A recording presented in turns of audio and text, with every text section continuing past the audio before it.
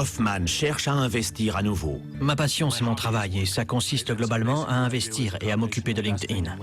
Quelle que soit l'ampleur prise par LinkedIn ou par toute autre société dans laquelle il a investi, il se demande toujours ce que sera la prochaine nouveauté. En 2009, Reid Hoffman devient président exécutif de LinkedIn et occupe également un poste de partenaire dans la société d'investissement Greylock. Lorsque j'ai fondé LinkedIn, j'étais également un investisseur providentiel. J'en ai conclu que j'aimais aussi beaucoup investir, car quand on est partenaire d'entrepreneurs, on essaie de les aider à résoudre leurs plus gros problèmes.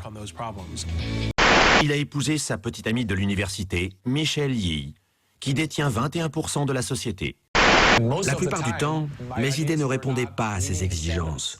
Et c'est exactement pour cela que je le rencontrais. L'important quand on est entrepreneur, ce n'est pas ce que l'on veut entendre, mais ce que l'on doit entendre. Il a dans la tête un scanner qui vérifie automatiquement toutes les possibilités et toutes les difficultés. Et d'après ce que j'ai vu, il effectue cette opération dans sa tête, en quelques secondes.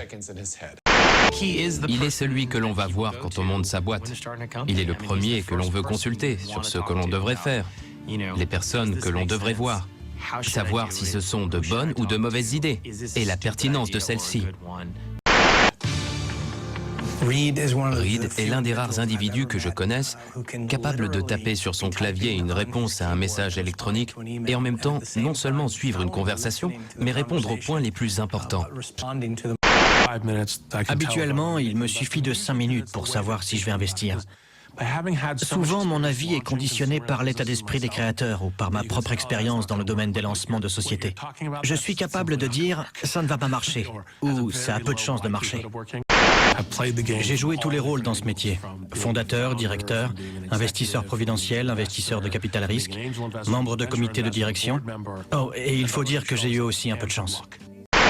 Les investissements de Reid Hoffman concernent aujourd'hui quelques-unes des sociétés technologiques les plus performantes de cette décennie, telles que Flickr, Groupon, Dig, Airbnb, Shopkick et Zynga.